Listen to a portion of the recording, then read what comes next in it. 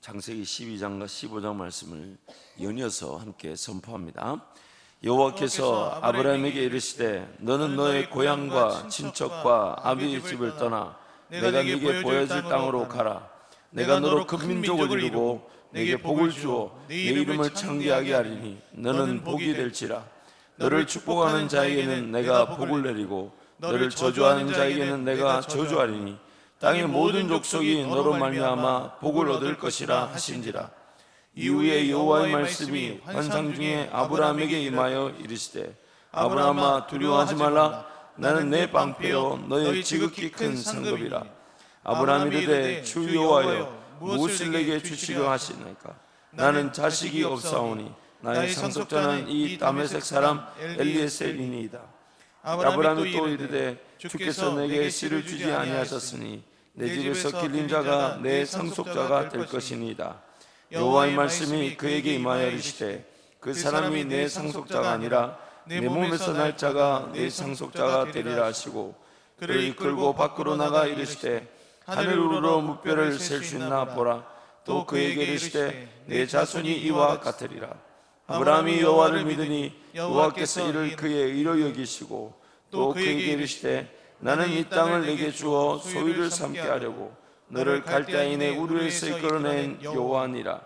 그가 이르되 주 여호와여 내가 이 땅을 소유로 받을 것을 무엇으로 알리이까. 여호와께서 그에게 이르시되 나를 위하여 3년 된 암소와 3년 된 암년소와 3년 된 수량과 산비둘기와 집비둘기 새끼를 가져올지니라. 아브라함이 그 모든 것을 가져다가 그 중간을 쪼개고 그 쪼갠 것을 마주 대하여 놓고 그 새는 쪼개지 아니하였으며 솔개가 그 사체 위에 내릴 때에는 아브라함이 쫓았더라. 해질 때에 아브라함에게 깊은 담이 임하고 큰 흑암과 두려움이 그에게 임하였더니 여호와께서 아브라함에게 이르시되 너는 반드시 알라. 내 자손에서 이방에서 객이 되어 그들을 섬기겠고 그들을 400년 동안 내 자손을 괴롭히리니 그들이 섬기는 나라를 내가 징벌할지며 그 위에 내 자손이 큰 재물을 이끌고 나오리라. 너는 장수하다가 평안히 조상에게로 돌아가 장사될 것이요 내 자손은 4대 만에 이 땅으로 돌아오리니 이는 아무리 족속의 제약이 아직 가득 차지 아니함이니라 하시더니 해가 져서 어두울 때에 연기나는 화로가 보이며 타는 햇불이 조긴 사이로 지나더라. 그날에 여호와께서 아브라함과 더불어 언약을 세워 이르시되 내가 이 땅을 애굽 강에서부터 그 큰 강 유브라데까지 네 자손에게 주노니 곧 겐 족속과 그니스 족속과 감몬 족속과 헷 족속과 브리스 족속과 르바 족속과 아모리 족속과 가나안 족속과 기르가스 족속과 여부스 족속의 땅이니라 하셨더라. 아멘. 오늘 이 말씀을 통해서 오늘 아브라함의 이 언약에 대해서 살펴보겠지만은 이 언약에 대한 조금 전체적인 그림과 함께 좀 더 지금까지 언약에 대한 어떤 말씀을 좀 정리할 필요가 있겠다 싶어서 화면을 좀 준비해 봤습니다. 먼저 우리 파워포인트 한번 화면을 봐주시면 이 세상은 이 어두움 그 자체였죠. 그래서 하나님께서 우리에게 나타나셔서 말씀하셨다 할 때는 지금 화면에 아무것도 없는 게 아니라 화면이 어두움이라는 얘기예요. 화면이 아무것도 없는 게 아닙니다. 화면이 어둡다는, 세상이 어둡다는 거예요. 제가 여기다 어두움이라고 쓸까다 그것도 좀 이상할 것 같아서 그래서 이 세상은 어두움이었습니다. 무엇이 빛인지 무엇이 생명인지 내 인생이 어디로 나아가야 될지 더군다나 나를 지으신 하나님이 누구신지 전혀 알지 못하는 상황이었어요. 그래서 그 가운데 하나님이 나타나셔서 그 자기 백성들에게 말씀하셨다는 것은 마치 그 백성들이 생명을, 빛을 또 궁극적으로 장인애들을 통해 역사하실 하나님의 뜻이 무엇인지를 깨닫는 것과 같았습니다. 그래서 이 어둠에 하나님의 언약을 표시하자면 이런 거겠죠. 안경을 끼는 것과 같습니다.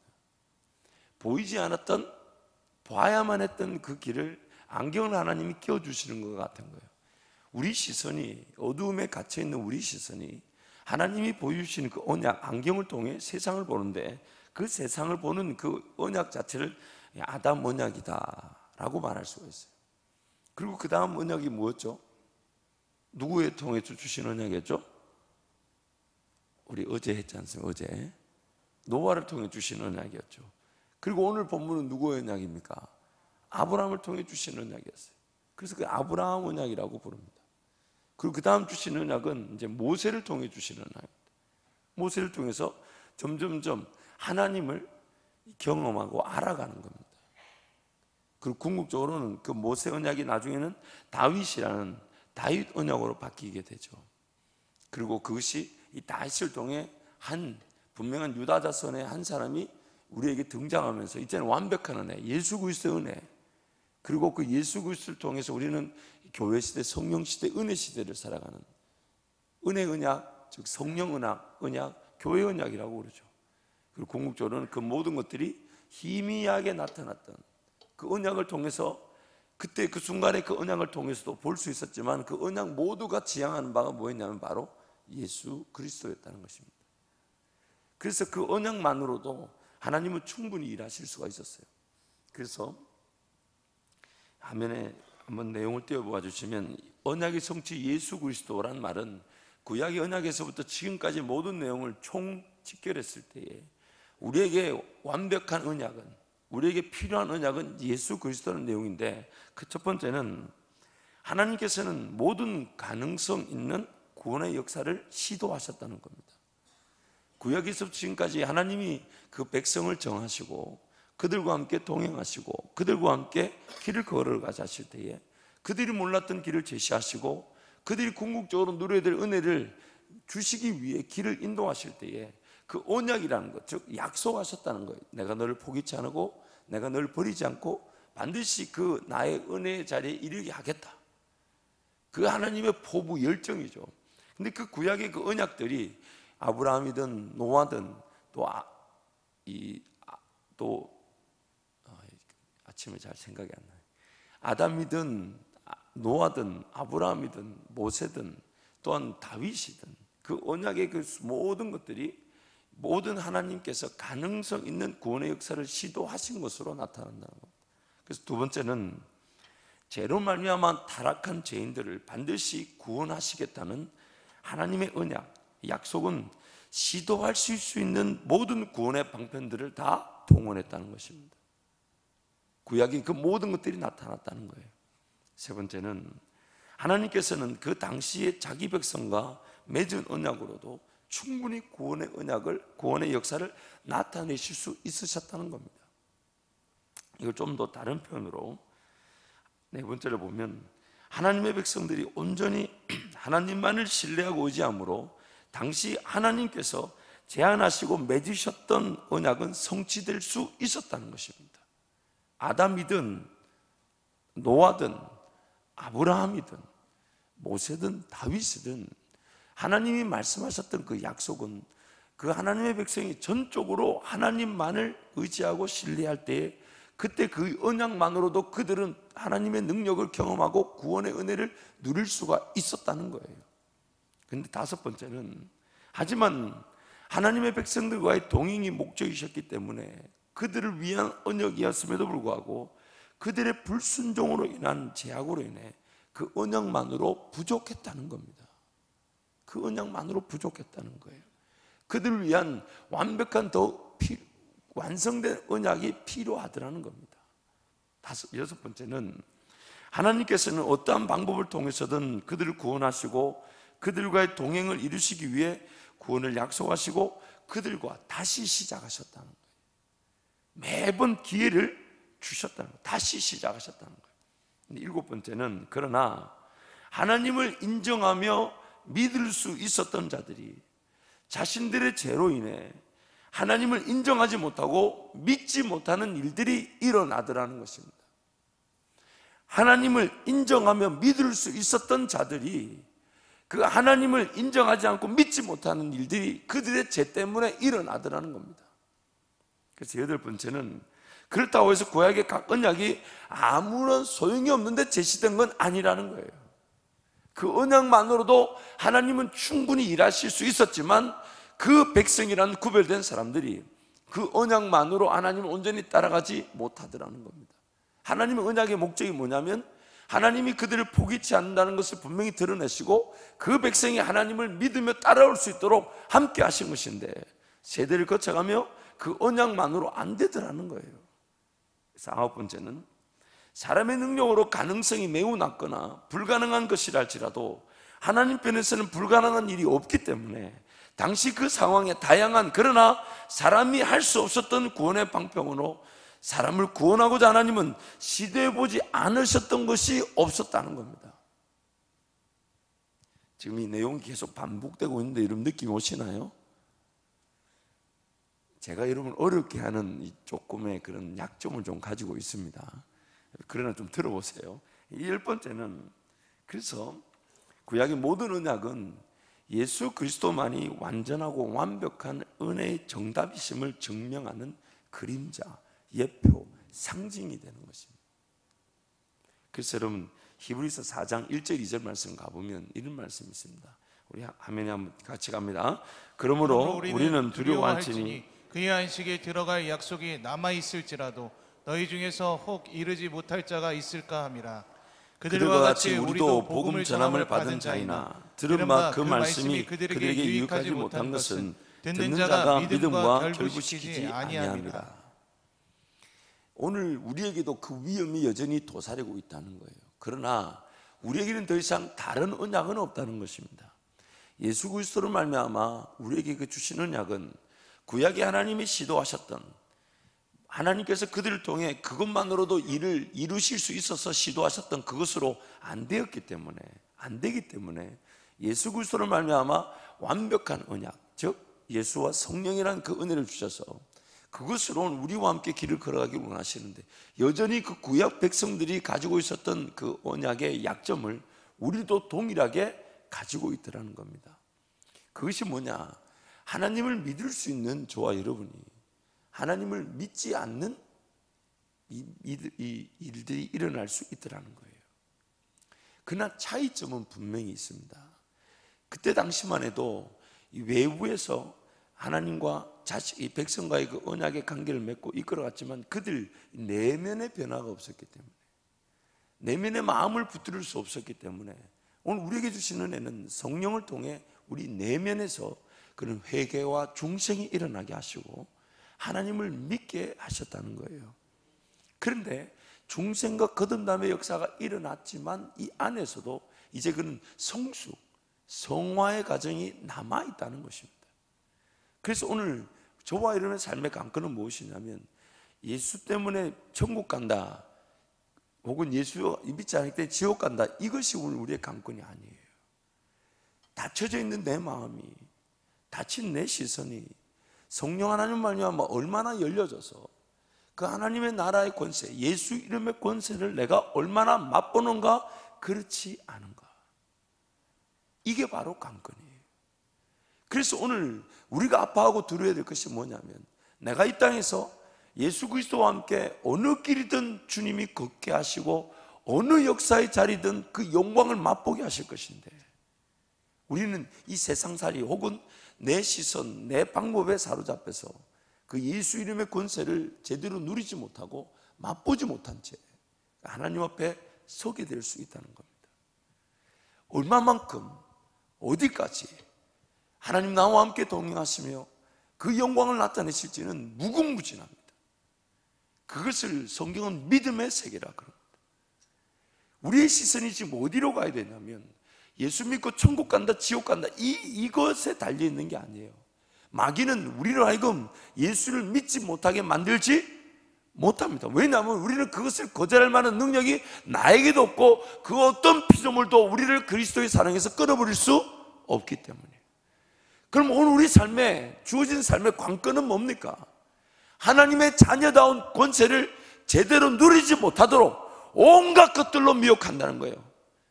그게 바로 히브리서에서 말하는 나의 믿음을 그 하나님의 믿음에 결부시키지 못하더라는 겁니다. 너무너무 안타까운 거죠. 무엇이든 나를 통해 나만 걸어갈 수 있는 그 길을 하나님 걷기를 원하시는데, 그 역사가 얼마만큼 어느 자리에서 얼마나 큰 영광으로 나타날지 모르는데, 우리는 그 세상살이, 먹고 마시고 입는 거, 그저 주어진 한계 안에서 나 혼자 할 수 있는 만큼, 하고 싶은 만큼 종교생활, 신앙생활에 갇힐 수 있다는 거예요. 그래서 끊임없이 하나님 말씀을 대하고 그 기도의 자리에 달려나올 때 하나님 우리에게 주신 은혜가 뭡니까?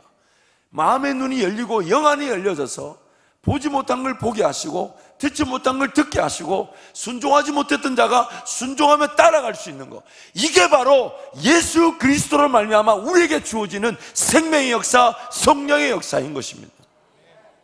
그래서 거기에 귀를 기울이지 못하는 거예요. 그러다 보니까 어느 순간 삶이 어느 쪽으로 흘러갔냐, 세상 살이에만 갇혀지게 만듭니다. 믿음의 세계에 눈을 들지 못하게 하고, 계속해서 반복해서 강조하지만 내 인생의 육신의 힘으로 내 신앙생활, 하나님과의 관계가 설정되어 있을 수 있다는 거예요. 거기에 딱 갇혀 있을 수 있다는 거예요. 지금 구약의 그런 모든 사람들이 그 한계를 가지고 제대로 누리지 못한 것을 오늘 우리는 예수 그리스도와 그의 성령으로 말미암아 이제는 좀 더 차원이 다른, 그런 하나님은 그 모든 구약의 약점들을 분명히 이겨낼 수 있는 완벽한 구원의 은혜를 우리에게 주셨는데 우리가 그것을 제대로 붙들지 않더라는 겁니다. 그래서 허락되어진 이 말씀조차도, 하나님 말씀조차도 내가 그 말씀을 묵상하거나 생명의 양식으로 받아들이지 않는다는 거예요. 그만큼 우리가 죄의 권세에 짓눌려 있고 타락해 있다는 거예요. 그리고 삶을 하나님을 섬기고 하나님을 주인으로 이긴다는 지금 현재의 삶을 내 육신적 힘으로, 내 방식으로 살아갑니다. 어느 순간 삶이 하나님과 함께 자유하지 못하고 뭔가 여전히 한계를 많이 가지고 있게 됩니다. 그래서 주님이 우리를 부르시잖아요. 수고하고 무거운 짐진 자들아 다 내게로. 근데 그 무거운 짐이 어디서 생겼습니까? 어디서 생겼습니까? 하나님 그분을 제대로 따르지 못한 것에서 생겨난 이 아픔들이에요. 내가 만든 거예요. 내가 내 삶의 방식이 무거운 걸 만든 거예요. 다시 한번 말씀을 좀 더 정리해 보겠습니다. 오늘 우리 삶의 관건은 내가 신앙생활 할 수 있는 내 육신적인 한계 안에 갇혀 있는가, 그렇지 않은가. 정말 나의 시선은 하나님이 나를 인도하시면 지금 있는 자리에서 나를 그 은혜의 영광의 자리에 이르게 하기 위해 나를 포기치 않으셨다는 것을 내가 확신하고 오늘 내 삶을, 내 시간을, 내 물질을, 삶의 문화나 습관들, 자세, 결정 기준을, 선택 기준을 하나님 말씀 위에 내가 두고 있는가? 하나님 말씀 위에 두고 있는가? 그래서 단 하루를 살아도 로마서 14장에 뭐라고 합니까? 우리가 살아도 주를 위하여 살고 죽어도 주를 위하여 죽는, 사나 죽으나 다 주의 것이다. 누군가의 고백이 아닌 오늘 우리의 고백인 거예요. 날마다 나를 쳐서 복종시킨다는 것은 사도 바울의 고백이 아니라 사도 바울을 통해 우리에게 주시는 진리의 말씀이며 우리의 것이 되어야 하는 겁니다. 그것이 아니면 자유할 수 있는 인생길은 존재하지 않습니다. 행복할 수 있는 행복은 여전히 신기루처럼 머물게 됩니다. 오늘 우리에게 하나님 끊임없이 말씀하시고 정말 너 나만 믿겠느냐? 나만 따라오겠느냐? 여러분 이것이 아니면 우리 신앙생활은 그 어떤 능력도 보지 못합니다. 우리끼리 모여서 시간을 깨우고 물질을 내어본들 아무런 소용이 없습니다. 여러분의 삶의 자리에서 정말 하나님을 진정한 삶의 주인으로 모시고 살아간다면, 주인답게 여긴다면, 정말 내가 주인을 여긴다면 죽으면 죽을지언정 그 세상의 것을 쉽게 선택하고 받아들이지 않을 것입니다. 그래서 죽으면 죽겠다라는 그 신앙의 고백은 누군가의 잘난 고백이 아니라 오늘 나에게 하나님이 허락하고 싶은 진정한 자유의 고백인 것입니다. 저는 어중간하게 예수 믿고 싶지 않습니다. 모든 것 다 내려놓고 다 안이 사라진다 해도 오직 주님만을 믿는 믿음이 남게 될 건데 그 믿음을 제대로 걸어가고 싶습니다. 그것이 오늘 여러분의 고백 아닙니까? 여러분의 고백이잖아요. 평생을 주님 의지하며 살아왔는데 어느 순간 내가 내 능력으로 신앙생활만 하고 있다면 그것이 얼마나 가슴이 아플까요? 나중에 주님 앞에 서게 됐을 때에 주님 앞에서 그 모든 것이 선과 악 가운데 판단되어질 것인데, 완전히 드러날 것인데, 그때 돼서 주님을 제대로 섬기게 보지 못한 것만큼 가장 안타깝고 불쌍한 일이 어디 있겠습니까?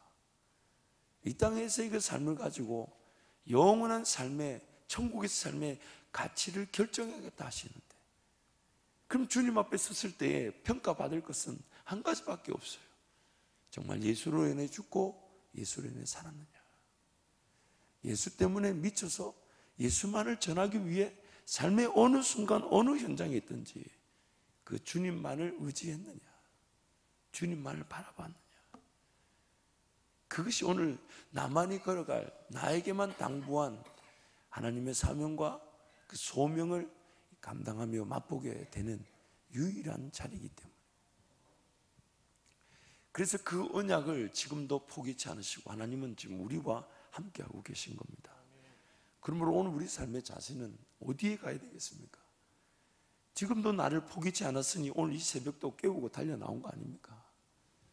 하나님이 이 새벽에 은혜를 주셨다는 얘기 뭡니까? 지금 이 순간부터도, 지난날의 것과 관계없이 오늘 이 순간부터도 또 최고의 그 은혜의 지향점에다가 하나님은 시선을 두시고, 나는 모르지만 오늘부터 또 시작하게 될 그 은혜의 시작은 하나님께서 분명히 최고로 영광 받으실 그 최고의 은혜의 지향점에다가 시선을 두시고 나와 함께 걸어가자 하시니, 우리는 그 고백을 어떻게 하냐면, 나는 갈 바를 알지 못하나 예수 그리스도를 표대로 삼고 그 길을 걷겠다고 고백하는 것이죠.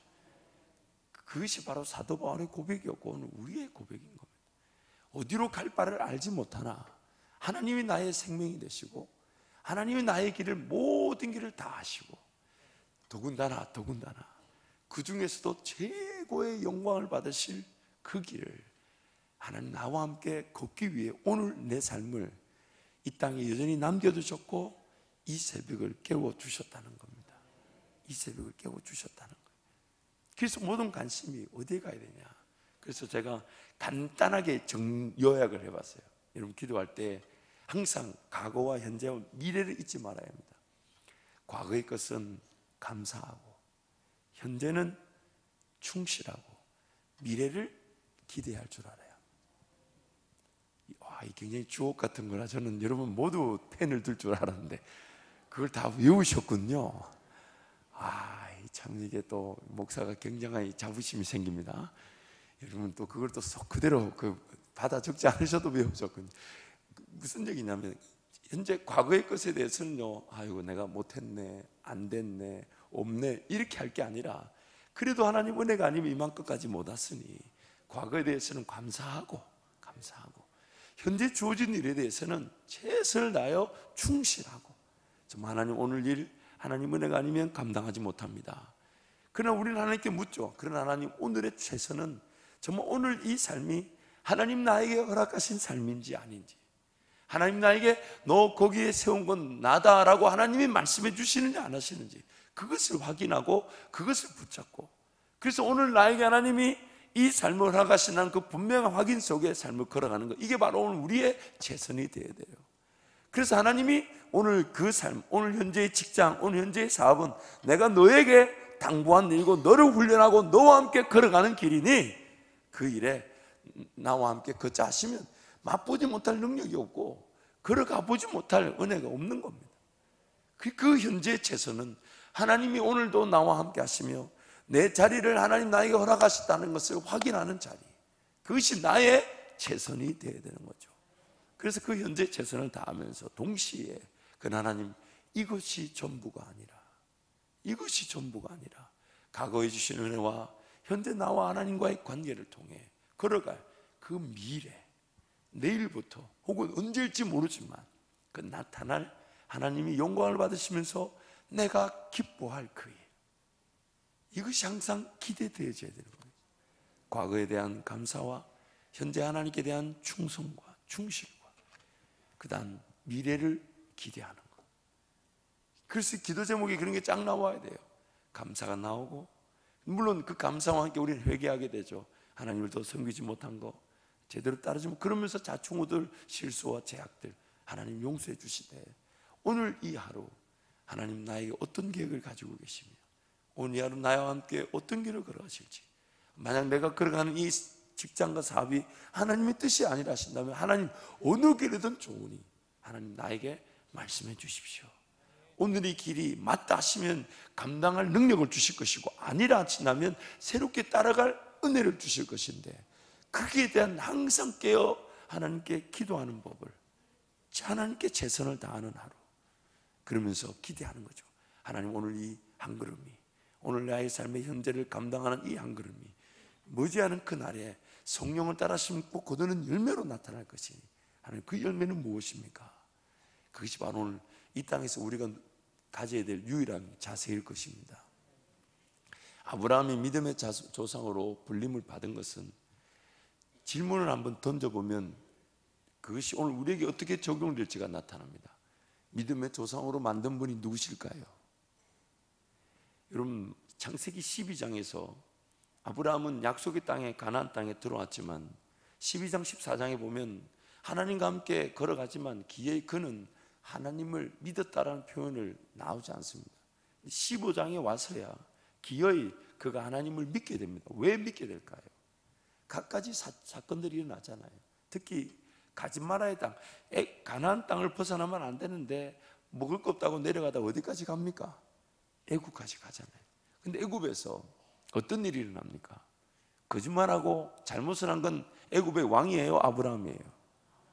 욕을 먹어야 될 사람은 누굽니까? 그런데 욕을 누가 당합니까? 애굽의 왕이 당하잖아요. 근데 재밌는 건 애굽의 왕이 욕만 먹을 뿐 아니라 아브라함한테 모든 재물까지 다 갖다 줍니다. 누가 이렇게 만드신 걸까요? 아브라함의 그 믿음의 상태가 안 된다는 걸 알고 하나님이 도우신 거죠. 그리고 끌어올려 놓고 하나님이 쭉 설명합니다. 자, 이제 바다의 모래를 봐라, 하늘의 별을 봐라. 내가 네 자손을 이렇게까지 하겠다 하니, 그 아브라함이 그제서야 하나님이 누군 줄 알고 믿었다는 거예요. 믿었다는 거예요. 그러니 하나님이 그 아브라함의 믿음을 하나님 의로 기쁘게 여기셨다는 거예요. 왜냐하면 그 아브라함이 기어이 믿게 만든 분이 누구시기 때문에. 전혀 하나님을 몰랐던 자가 갈대아 우르에서 거하고 있었는데, 하나님 그 갈대아 우르에 거하고 있는 그 아브라함으로 기어이 그 갈대아 우르를 벗어나 약속의 땅에 와서, 그러나 거기 머물러야 되는데 머물지 않고 먹을 것 쫓아 애굽으로 간 길에서 기어이 구원해서 건져서 다시 가나안 땅에 집어넣어놓고 하나님 말씀하셨던 그 하나님의 열정이, 하나님의 열심이 기어이 아브라함으로 하여금 믿을 수 없는 자가 하나님을 믿게 만들었으니, 그 믿음은 누구에게 영광이 되는 것입니까? 이게 오늘 우리의 삶에 동일하게 적용됩니다. 믿을 수 없었던 자들이 하나님을 믿게 되고, 하나님을 의지하게 되고, 하나님 더 바라게 되고, 하나님 더 신뢰하게 되니 하나님 그것을 하나님 자기 영광으로, 의로 받으시더라는 것이에요. 그것이 바로 믿음의 조상, 즉 우리가 따라갈 믿음의 길이다. 그래서 아브라함을 하여금 믿음의 조상이라고 하나님 성경이 기록하는 것입니다. 오늘 우리의 삶도 마찬가지입니다. 우리는 뭘 보고 가는 자들이 아니에요. 갈 바를 알고 가는 자들이 아닙니다. 오직 주님만을 바라봤을 뿐인데, 주님이 길이 되어주시고 생명이 되어주시고 진리가 되어주시고 또 친히 앞서 걸어가시는 목자가 되시고 길을 비추시는 빛이 되시고, 그래서 알파와 오메가, 즉 처음부터 과정과 결과가 예수 그리스도 그분이면 충분한 것입니다. 그러므로 예수 그리스도를 의지하며 살아간다는 것은 항상 그 과정을 잊지 말아야 합니다. 오늘도 주님이 새 길을 여셔서 나한테 가자 하시면 저는 기쁘게 걸어갈 것입니다. 지금까지 걸어온 길이 오늘 또 걸어갈 길이라 하시면 그 길도 오늘 충실히 하며 걸어갈 것입니다. 그러나 지금까지 20년이든 30년이든 40년이든 50년이든 그 길 걸어왔다 해도 너 오늘은 이 길로 가자 하시면 그 길을 걸어가겠습니다. 왜냐하면 주님이 내 길이 되시고 진리 되시고 생명 되시고 목자 되셔서 나를 내버려 두지 않으시고 제시하신 분이 앞서서 나를 대신하여 앞서서 걸어가실 것이기 때문에 나는 주님만 따라가겠습니다.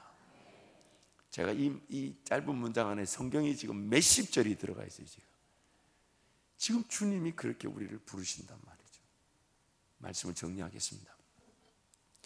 주님은 우리를 포기치 못하십니다. 우리를 내버리실 수가 없어요. 그 내버리시지 못한 결과가 오늘 이 자리에 이렇게 달려 나와 있는 거예요. 그래서 오늘도 그 예수 그리스도 그의 성령이라는 완벽한 완성된 그 언약으로 우리와 함께 하시면서 다시 길을 걸어가기를 원하십니다.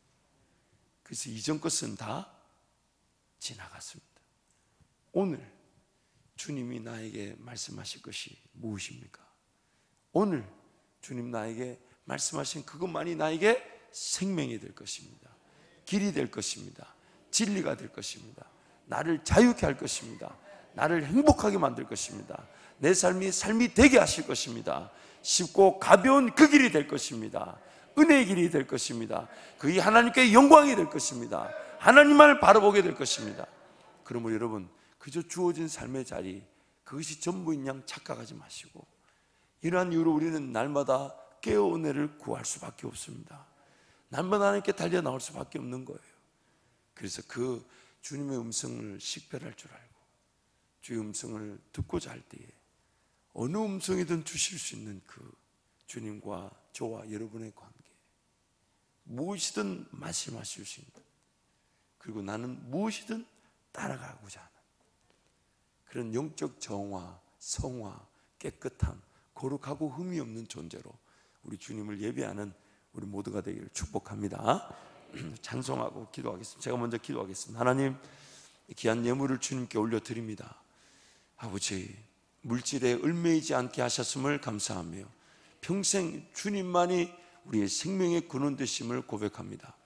주님 따라갈 때에, 사명에 따라 걸어갈 때에, 주님 나라를 위해 살아갈 때에, 하나님의 영광을 위하여 헌신할 때에 하나님 필요한 모든 물질들을 우리에게 베푸시며 그 놀라운 필요한 모든 것들을 채워주시는 그 하나님을 경험하며 그 하나님을 기뻐하기를 원하오니, 이 귀한 물질을 구별함이 이 물질에 얽매이지 않으며 물질에 따라 살아가지 않는 우리의 고백이 되게 하시고, 날마다 하나님만이 내 삶의 주인 되심을 자랑하는, 또한 우리의 삶에 베푸실 은혜를 사모하는 간절함의 표현의 수단이 되게 하여 주옵소서. 그래서 날마다 더 귀한 것을 내어드리며 맡겨드려도 우리 것을 도리어 흔들어 넘치도록 채워주시는 하나님의 은혜를 마음껏 누리는 모든 성도 되게 하여 주옵소서. 예수 이름으로 축복하며 기도합니다. 아멘.